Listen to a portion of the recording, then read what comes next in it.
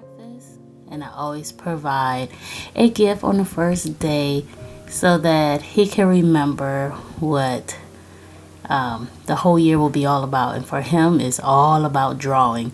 He loves to draw. He will draw anything and everything. So giving him something fun like a new drawing pad and outlining pens is perfect for him.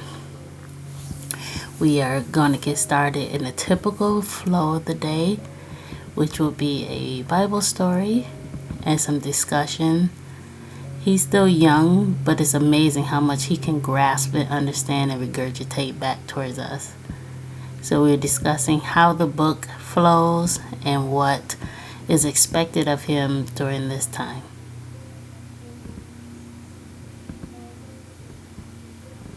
He gets a chance to read to me every morning.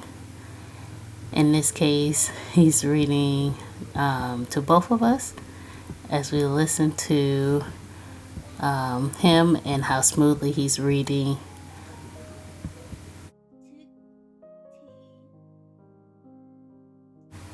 Next is on to mathematics. We use Matthew C. And here he is demonstrating how he could build 3-digit numbers.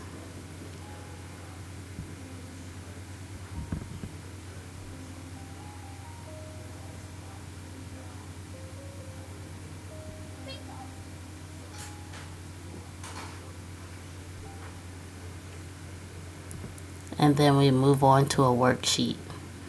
He probably is moving them in all sorts of ways that he's not supposed to, but he knows how to do the math, and that's what's important. And we move on to language arts. His language arts curriculum is Christian Light Education, and they have words referred to as star words in the Learning to Read program. So I pulled out some of the star words that he had from the springtime, make sure that he could still read those. And then we talked about the quiz that was in the book right before spring and how he can practice his words via the quiz and the worksheets. I really love the Christian Light Education books. They're clear, they're simple, the activities change every 3-4 problems, and it's concise, constantly reviewing what they learned the day before and learning throughout the whole week, and then technically 2 weeks because the books take about 2 to 3 weeks to complete.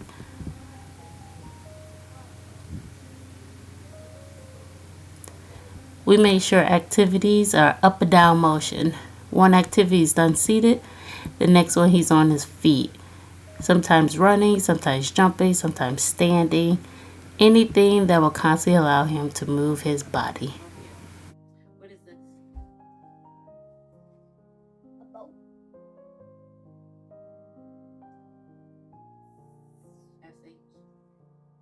Ship. Ships. What are these ships? What's the difference between the two? Ship means one. Ships mean 3 or more. Yes. Now we're back to the desk, and he will review what we just learned by putting it to practice on the worksheet. This is not difficult for him to do, but it also teaches him that there's a time and a place, and this time and this place is seated.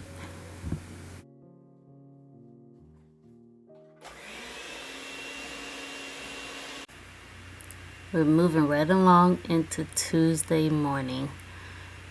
I got up early to try to make cinnamon rolls for the crew.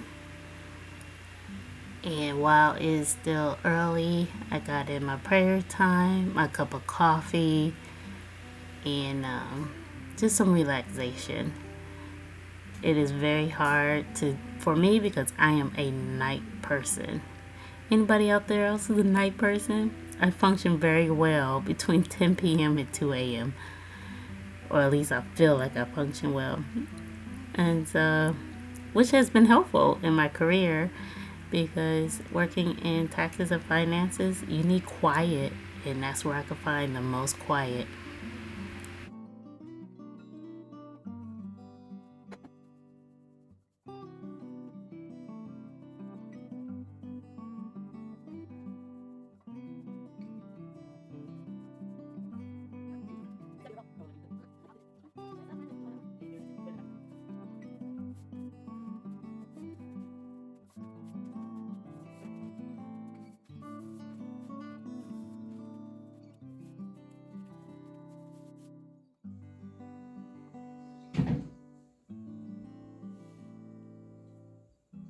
When the second grade stuff is hard like this. He will have a puzzle every day to complete, and he loves them. That one's from Highlights. This is his math video for the week, and we'll practice that concept in this workbook. And so throughout the first week of school, I'll be adding in social studies, science, and Japanese. And today we started with social studies. His co-op has selected the book, and we'll be following along with that. Where's the west? West goes left. West goes left. Left. Yeah. So go to America. America. And then go west. You see it? Why? That's why. Oh, wow, that's so tiny. Alright, put them there. Trouble to Hawaii. Alright, so on here is blue. So now we're going over the various books that I'm adding to his social studies curriculum that is not required at the co-op. This will add so much fun. He's learning exactly what he'll be getting into and all the different projects, art projects, stories, you name it. He loves geography just like I do. He wants to travel like I have throughout life. And I told him, son, as soon as we're able, you will. You will get to tour and travel and see as much as this beautiful world has to offer. So, but on the first docket, we're going to make sure at least you know where things are located. Here's an animal atlas. This gets pulled out every new chapter in social studies. We will find the animals of that continent or that country and find some differences between what they have and what we have. He has gone through this information in his preschool years, but you know, they build upon each other. He has a different memory and comprehension level at second grade than he did at preschool. So hold on to those beautiful books, guys. Just because you used them when they were little doesn't mean they can't use it again and again. And here's all the big maps. I found this beauty. Here is a pop-up atlas kind of book that gives all kind of tidbits on different countries broken down by the continents. And so we will review the continents and the oceans all semester long so that he can learn those details.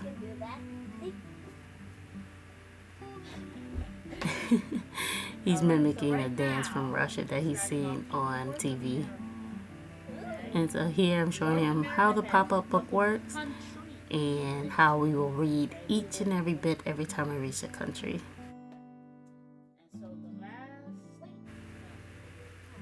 And then one of my favorites for this subject is the tales, the tall tales of fairy tales.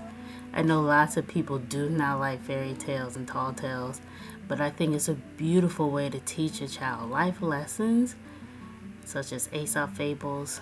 These fables and tales can be taught in a manner of teaching a child that this is not real. This is a story passed down generations and generations. That's something we respect in his family. So we'll talk about science another time, but I hope you guys have had an excellent start to your school year.